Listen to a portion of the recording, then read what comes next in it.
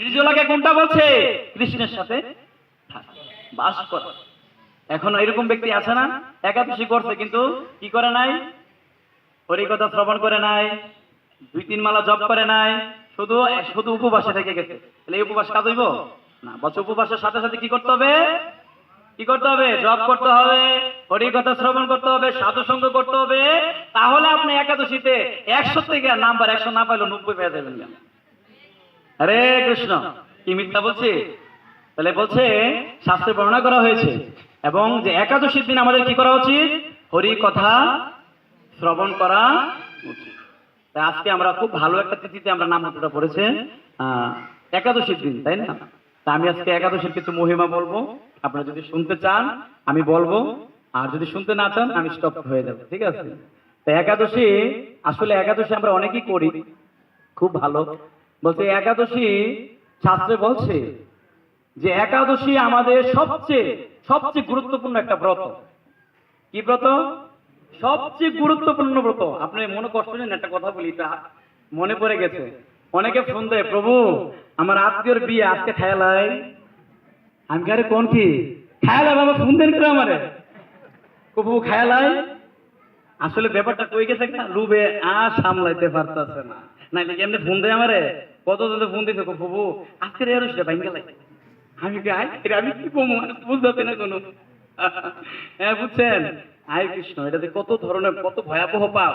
আরে আপনি বিয়েতে যান, সমস্যা নাই, ওইখানেও আপনি একাদশীর প্রসাদ। আমাদের একটা এক্সাম্পল দিই আপনাকে। আমাদের অনেকে মনে করে আমরা ইসকন ভক্তরা মনে আত্মীয় স্বজনকে ত্যাগ করছে, এরকম না। আমাদের অনেক ইসকন ভক্তরা বিয়েতে, জাগতিক বিয়ে তো যায় কি করে, ওখানে কোনো ভক্ত বাড়ি আছে কিনা, আর না হলে কোনো মন্দিরে প্রসাদ করে বিয়ের বাড়ি ওরা করে ফেলে, ওইখানে গিয়ে তারা প্রসাদ খায়। তাহলে কি বিয়ের চাইলে অপরাধ হইব? বিয়ের চাইলে কোনো অপরাধ হইব না। বিয়ের যাবো না কেন? আত্মীয়, এটা তো আমার একটা ধর্ম, কর্তব্য না? যাবো, কিন্তু আমার ধর্ম আমি পালন। আমরা ভক্তরা কি বিয়ে যাচ্ছে না? জাগতিক বিয়ে যাচ্ছে না? কি যাচ্ছি না আমরা? তাইলে কি করি? ওইখানে কি মাছ মাংস খাইয়া পড়তেছি? তাইলে ওইখানে আমরা ওইখানেও প্রসাদ খাচ্ছি। এটাকে নিজের কাছে, এটা হলো নিজের কাছে। আমি যদি সেফ থাকতে চাই আমি সেফ থাকতে পারবো। তো এমন অনেক মানুষ আছে বিয়ের মধ্যে কি করে একাদশী কি করে ফেলে, কি করে ফেলে, ভেঙে ফেলে। আসলে এটা ভয়াবহ অপরাধ, প্লিজ এটা করবেন না, ঠিক আছে? একাদশীর দিন একাদশী করুন। বলছে শাস্ত্রে বর্ণনা করা হয়েছে একাদশীর দিন যদি কোনো ব্যক্তির শ্রাদ্ধ হয়, ওই শ্রাদ্ধ পরের দিন করুন, একাদশী করুন। আমি কষ্ট লেখা যে শাস্ত্রে বর্ণনা করা হয়েছে। কেননা একাদশীর দিন শ্রাদ্ধ করলে কি হবে? আপনি পিণ্ড দিবেন কি দিয়া? যার উদ্দেশ্যে দিবেন পিণ্ডটা কি দিয়ে দিবেন? কি দিয়ে দিবেন? চাল দিয়ে দিবেন না? তো ওনারা দিয়ে আমি আরো নরক নিতেছি, এই একাদশীর দিন ভাত দিতেছি, সত্য কিনা এক্সাম্পলটা? একাদশীর দিন কি এটা দেওয়া যাবে? এই শাস্ত্রে সিদ্ধান্ত দিয়েছে একাদশীর দিন যদি শ্রাদ্ধ করে, শ্রাদ্ধ পরের দিন করার কোনো সমস্যা নেই, শাস্ত্রে সিদ্ধান্ত দিয়েছে। কিন্তু একাদশীর দিন শ্রাদ্ধ করা যাবে না। কষ্ট লেখা আছে শাস্ত্রে, আপনারা দেখবেন, পড়বেন, খুবই গুরুত্বপূর্ণ একাদশী। শাস্ত্রে তা আরো বলেছে। অনেকে দেখবেন, মনে কষ্ট নিন না, আমি নিজেও করেছি, সন্তোষী মায়ের ব্রত করতাম আমি একটা সময়, আমি এই ভক্তি জীবনে আসার আগে। বা অনেকে মাতাজিরা অনেক ব্রত করে না, আছে না? করি না আমরা? কোনো সমস্যা নেই, করেন। কিন্তু দেখেন একাদশীর দিন যদি ওই ব্রত করে, কোনটা করবেন? একটু মনোযোগ দিয়ে শুনবেন। একাদশীর দিন যদি সন্তোষী মায়ের ব্রত করে, কোনটা করবেন? কোনটা করবেন? এখন যদি সন্তোষী মায়ের ব্রত করেন, মা খুশি হইব, আমার বাবার ব্রত ছাইরা তুমি এসে আমার কথা করতা না? যিনি আমার বাবা, সন্তোষী মায়ের বাবাকে, পিতাকে, সমস্ত দেব দেবীর পিতাকে, স্বয়ং কৃষ্ণ নাকি? তাহলে ওনার ব্রত ছাইরা যদি আমরা ছাইরা দিই, তাহলে ওনারা খুশি হইব? কখনো খুশি হবে না। তাই বলছে যত ব্রত আছে, যা কিছু আছে, একাদশীর দিন বন্ধ করা, একাদশী করতে হবে, একাদশীতে বন্ধ করা যাবে না। মনে থাকবে তো? যেই কোনো ব্রত, যেই কোনো কিছু আসুক, আমার একাদশী যেন মিস না হয়। বোঝা গেল? খুবই গুরুত্বপূর্ণ একাদশীটা।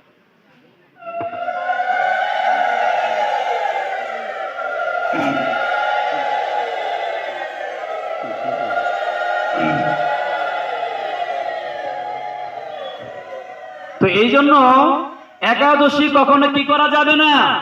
মিটিং করা যাবে না, নাচকে খেয়ালাই পরে করবো, এরকম মনোভাব আনবেন না। একাদশী করে যাবেন। বলছে একাদশী করলে, শাস্ত্রে বলছে যে ব্যক্তি একাদশী করে সে ব্যক্তি ভগবানের প্রিয় হয়ে যায়। আমরা কি প্রিয় হইতে চাই না ভগবানের? আমরা কি প্রিয় হইতে চাই না? তাহলে আমরা যেন খুব শ্রদ্ধা নিষ্ঠা সহকারে এই একাদশীটা পালন করি এবং একাদশীর দিন হরি কথা শ্রবণ করি। আজকে আপনাদেরকে আমি খুব সুন্দর একটা একাদশীর মাহাত্ম্য শ্রবণ করাবো। কে কে শুনতে চান হাত তুলুন। যার হাত উঠবে না আমি বলবো না, সবার হাত উঠলে বলবো হরে কৃষ্ণ। ঠিক আছে, ধন্যবাদ। আমি খুব সুন্দর একটা আপনারা সবাই মনোযোগ দিয়ে শুনবেন, তাহলে কিন্তু আনন্দ পাইবেন। ঠিক আছে, শুনবেন তো? ঠিক আছে, সবাই শুনেন, একবারে স্তব্ধ থাকবেন, কেউ কথা বলবেন না। এক রাজ্যে এক মণিবর ছিল। কি ছিল? মণিবর। খুব গুরুত্বপূর্ণ কথা শুনবেন। ওই মণিবর অনেক ইচ্ছা ছিল। কি ইচ্ছা জানেন? একটা ফুলের বাগান করবো আর ফুলগুলো ভগবানরে। দেখেন, ভগবানকে যারা ভালোবাসে তারা কিন্তু ভগবানের ফুল দিতে খুব আনন্দ পায়। আমাদের মন্দিরে একটা ঘটনা বলি। প্রতিদিন আমাদের মন্দিরে ভগবান 7:30 একটা দর্শন দেয়। কয়টায়? 7:30। আমাদের মঙ্গল আরতি হয় 4:30। কয়টায়? 4:30 থেকে মঙ্গল আরতি হইব 5টা পর্যন্ত। এরপরে মন্দির কি হইব? বন্ধ।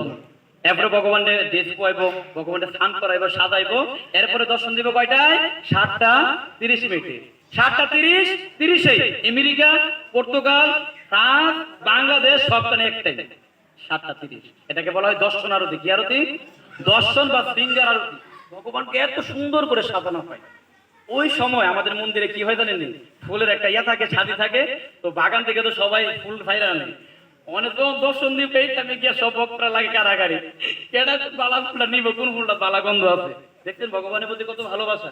কে কোন ভালো ফুলটা ভগবানকে দিবে, আর সে ফুল নিয়ে ভগবানকে দেখায়া I love you Radha Madhav. বাস, দেখছেন ভালোবাসার মানুষ এক দুনিয়া থেকে কে? ভগবান। আর জগতে সব কে? মিথ্যা। নাকি মিথ্যা? ঠিক আছে, আচ্ছা, হরে কৃষ্ণ। তো এইভাবে ভগবানকে আমরা ফুল দিচ্ছি, তাই না? তো ওই মণিবরের খুব ইচ্ছা কি দেওয়া, ভগবান কি দিবে? ফুল দিবে। একটা সুন্দর ফুলের বাগান বানাইছে, কিন্তু বানালে কি হইব?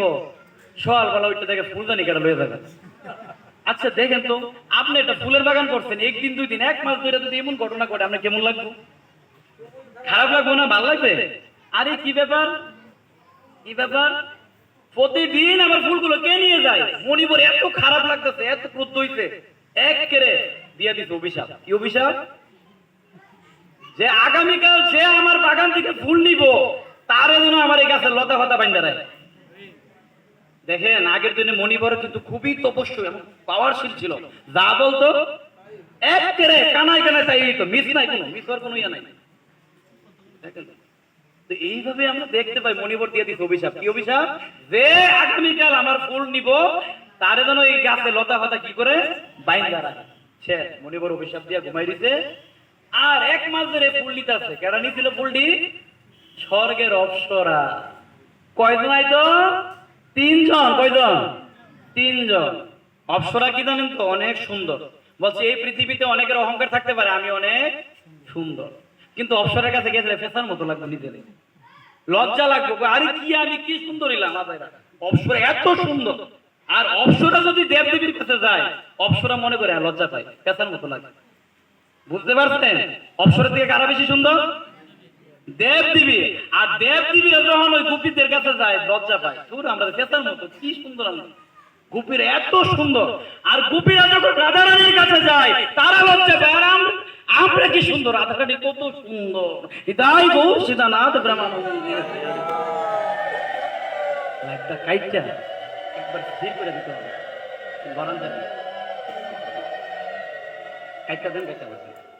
বোঝা গেল? বোঝা গেল? এই জগতে যতই আমরা সুন্দর হয় না কেন, কিন্তু অপ্সরা থেকে নিচে। আর অপ্সরা থেকে বেশি সুন্দর কে? দেবদেবী। আর দেবদেবী থেকে সুন্দরী গোপীরা। গোপীরা থেকে কে? বোঝা গেল? স্তরটা বুঝতে পারছেন তো? হরে কৃষ্ণ। তো অপ্সরা অনেক সুন্দর।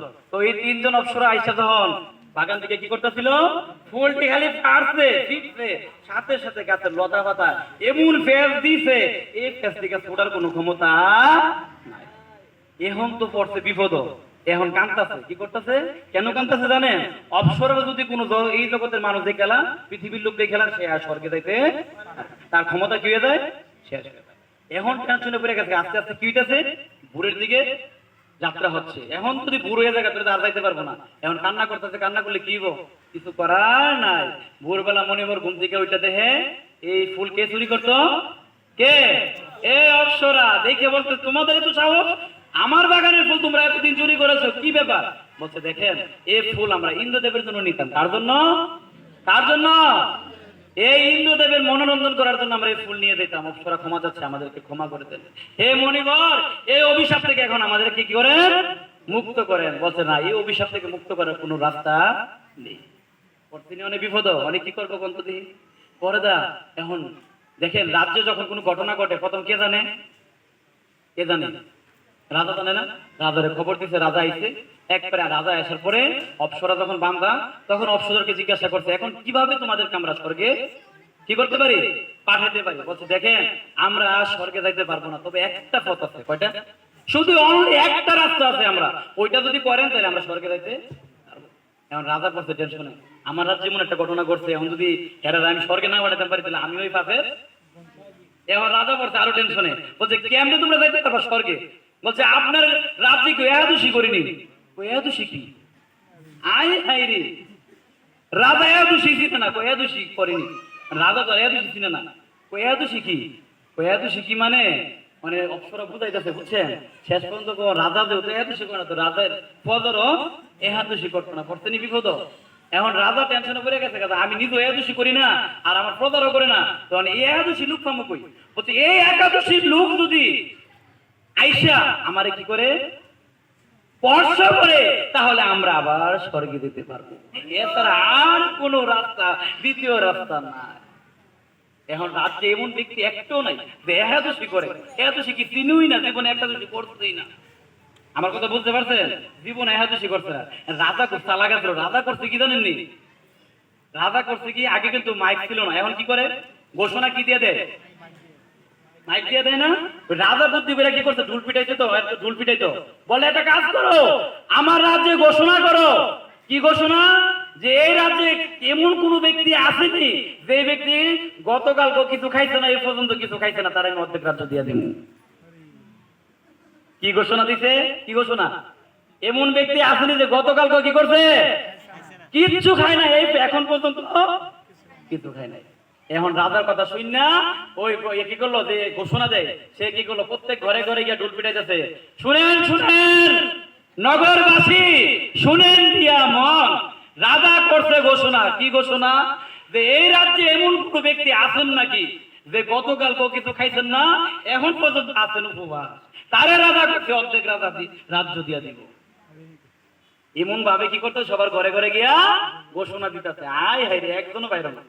কেডা জীবনে এত শিখছি না, কেডা উপবাস থাকবো কোন? এর মধ্যে এক কাম হয়ে গেছে। কি কাম? মানে এক ফ্যামিলি ছিল, স্বামী স্ত্রী, বুঝছেন, কিন্তু খুবই অভাবের সংসার ছিল। কি সংসার? আর ডেলি খালি কাজটা লাগতো। আই রে কি কাজটা লাগিয়ে কইতো, তুই করতে না পারলে আমি খেতাম না, আর ওই স্বামীও কইতো তুই না পারলে আমিও খেতাম না। তো লাগতো, যে লাগার পরে দুপুরে আবার খেয়াল লাগতো, বুঝছিনি? রাগটা আবার এমন আছে না, স্বামী স্ত্রী ঝগড়া হয়, খায় না, কিন্তু এরপরে আবার খেয়ে ফেলে, এরকম আছে না? হ্যাঁ, রাগ ভাঙে থাকা। কিন্তু হে দিন যে কি ঝগড়াটা করছে, একবার ঝগড়া রাখার মানে কি বলে চূড়ান্ত সীমায় গেছে গা। চূড়ান্ত সীমায় গিয়ে ব্রাহ্মণ মানে ওই ব্যক্তি বলতেছে, তুই যদি আজকে হাতে হাতে করতে না বেরো, আমি জল বর্ষ করতাম না। আর আমার স্ত্রীও বলছে, তুই যদি করতে না বেরো, আমিও জল বর্ষ করতাম না। দেখি এমন কোন করে বুঝতে, বুঝছেন? ঠিক ঠিক এমন ঝগড়া লাগবে, সারাদিন জলও খাইছে না, কিচ্ছু খাই নাই। এই দুইজনে কেউ খাই নাই, সারাদিন অতিবাহিত করলেন, রাত্র অতিবাহিত করলেন। সকাল বাজে কয়টা? কয়টা? সকাল 9টা বাজে। এমন টাইমে আয়া ওই যে কি মনে জানি ঢুল বাজাইতেছে। শুনেন শুনেন নগরবাসী, শুনেন দিয়া মন, এমন একজন ব্যক্তি আসেনি যে গতকাল কিছু খাইছেন না, এমন কথা আছেন উপবাস। যখন এই কথা বলছে, যে ব্যক্তি ঝগড়া উপবাস ছিল, লাভ দিয়ে উঠছে। কি লাভ দিয়ে? আরে কি কইছে শুনছো নি গো? কি কইছে? রাজা কইছে অর্ধেক রাজ্য দিয়ে দিব। কারে? যারা কালকে কিছু খাইছে না, এখন পর্যন্ত কি আছে? আরে তোমার মাথাটা অভাবে নষ্ট হয়ে গেছে। রাজা দেখতেছে এর রাজ্যে লুপি আছে, কেডা এর গলাটা নিয়ে কাটবো। এখন দেখ ঝগড়া করে তাই করো, স্বামী লেগে আবার কি আছে, বুঝছেননি? না না তুমি যাইও না, পেরে লাগবো। ঠিক আছে, আরে এমনি তো মরে গেছি, অভাবের সংসার, খালি ঝগড়া করি, যাইতে জীবনে আর কি হইব, হইল না হইব। এই কথা বললা স্বামীও রওনা দিল, স্ত্রীও রওনা দিল, ঠিক আছে। আর রাজা তো বসে রয়েছে, একজন আয় না। রাজার মন খারাপ, তাহলে মনে হয় এরা স্বর্গে যাইতে পারবে না। রাজার মন অনেক খারাপ, শুধু তাকাই আছে রাস্তার দিকে, রাজপ্রাসাদের দিকে। হঠাৎ করে দেখে দুইজন ঢুকছে। ওই দুইজন যখন ঢুকলেন, রাজা সিংহাসনে দাঁড়িয়ে গেছে, দাঁড়িয়ে তাদেরকে এসে সিংহাসনে এনে বসাইছে।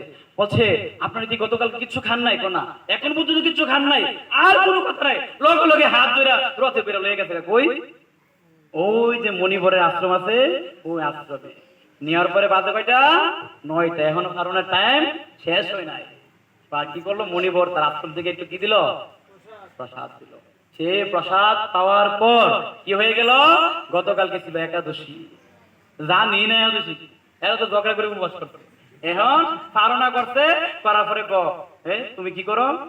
এদেরকে স্পর্শ করো। মানে ব্রাহ্মণ ওই ব্যক্তি যখন স্পর্শ করলেন, ওই স্পর্শ করার সময় সাথে সাথে 3জন অপ্সরা তো গেছে স্বর্গে, হেও লগে গেছে। আর তো গায়ে আমার স্বামী আমার তুই স্বর্গে গেছে, বুঝা গেল? তখন মণিবর সে ইয়া করে সেই ব্যক্তি গতি করলেন, তবে স্বর্গে আবার পাঠালেন। এইভাবে সেই ব্যক্তি স্বর্গে চলে গেলেন। কাদের সাথে? কাদের সাথে? সেই অপ্সরার সাথে। কষ্ট করার সাথে সাথে সেই অপ্সরা আবার স্বর্গে চলে গেলেন। দেখেন একাদশীর কি ক্ষমতা, কি পাওয়া, বোঝা গেল? তা আমি এটা বোঝানোর জন্য আপনাদেরকে এই দৃষ্টান্ত, এটা শাস্ত্রের রেফারেন্স। এই জন্য দেখেন একাদশীটা আমাদের জন্য খুবই খুবই গুরুত্বপূর্ণ। না জানি না যদি কেউ কি করে একাদশী করে, সেটার সুফল সে দেখতেন। জয় একাদশী ব্রত কি ছিল প্রভুপাদ কি গৌরচিতানাথ ব্রহ্মানন্দে হরি হরি বল। বোঝা গেল? এই জন্য আমাদের কখনো একাদশী করতে কি করা যাবে না, অবহেলা। আর মা বাবাদেরকে একটা কথা বলি, মনে কষ্ট নিয়ে না। আমি অনেক মা বাবাকে দেখেছি, কি দেখেছি জানেন? তো বাবা তোমার একাদশী করো লাগতো না, তুমি ছোট মানুষ, আমরা করি, এরকম আছে না অনেকে। না, এই শিক্ষা দিবেন না। দেখেন ছোট থেকে যদি শিক্ষা না দেন, বড় আসে জীবনও সে একাদশী করবে না। তাকে ছোটবেলা থেকে শিক্ষা দিতে হবে। দেখেন আমাদের ভক্তরা ছোট ছোট বাচ্চাগুলো কি করে একাদশী করে না? খাচ্ছে, কিন্তু বাপ মা যা খাচ্ছে তাই তো খাচ্ছে, প্রসাদই তো খাচ্ছে। তারা কি মরে যেতেছে? কেন আপনি বলেন? একাদশী এই কথা কখনো বলবেন না। ছেলে মেয়েদেরকে নিজে শিক্ষা দিবেন যে না তুমি একাদশী করো। আমি একটা প্রসঙ্গে কথা বলি, আমি টেনে আনতেছি। আমাদের পাশে যে ইসলাম ধর্মে আমার রমজান মাসে আমি তাকিয়ে থাকি, ছোট ছোট বাচ্চাগুলো কি থাকে? কথা বললেন না? ছোট ছোট বাচ্চাগুলো কি রাখে? রাখে কিনা? রোজা রাখে না? ছোট ছোট বাচ্চাগুলো রোজা রাখে কয়টা থেকে কয়টা? সকাল থেকে একবারে সন্ধ্যা পর্যন্ত ছোট ছোট বাচ্চাগুলো রোজা রাখে, রাখে না? কত ভালো দেখছেন। আমরা তো এতটুকু না, এতটুকু সকালবেলা ঘুম থেকে উঠে আপনার বাচ্চাকে খাওয়াইতে পারেন, কোনো সমস্যা নেই। তাহলে একাদশী হইব, কিন্তু 5টা জিনিস খাওয়ায় না। আমার কথা বুঝতে পারছেন? যদি ছোট্ট বাচ্চা থাকে তাকে সকালবেলা ঘুম থেকে উঠে খাওয়ান, কোনো সমস্যা নেই, কিন্তু 5টা জিনিস খাওয়ায় না। গম, ভুট্টা, সরিষা, জব, তাহলে একাদশী হয়ে গেল। কি দরকার আছে একটা দিন খাওয়ান না খাওয়া এগুলো? তাহলে আমার ছেলে মেয়েরও আমার একাদশী হয়ে গেল, আমরা একাদশী করছি, খুব ভালো। এই জন্য কখনোই শিক্ষা দিবেন না যে তোমাদের করার দরকার নেই, আমরা করতেছি না। তাদেরকে শিক্ষা দিবেন, তাহলে বড় হয়ে তারও করবে। এটা কিন্তু আমাদের সমাজে একটা খুবই একটা সমস্যা, ঠিক আছে? এই জন্য আমি যারা মা বাবা আছেন, গার্জিয়ান আছেন, আমি সবাইকে বলতে চাই এই শিক্ষা কখনো আমাদের সনাতনী ছেলে মেয়েদেরকে দিবেন না। তাদেরকে খুব সুন্দরভাবে আপনারা শিক্ষা দিবেন যে তারা যেন একাদশী ব্রত করে, ঠিক আছে? বলছে 8 থেকে 80 বছর বয়স পর্যন্ত একাদশী করার বিধান। কত থেকে? 8 থেকে। এর আগে করলো কোনো কি নাই, সমস্যা নাই। কিন্তু 2টা জায়গায় বলেছে যদি কেউ অসুস্থ থাকে, যদি কেউ বৃদ্ধ হয়ে যায় আর পারে না, সে না করলে কোনো পাপ হবে না। কয়জনের জন্য ছাড় আছে? কয়জন? কয়জন?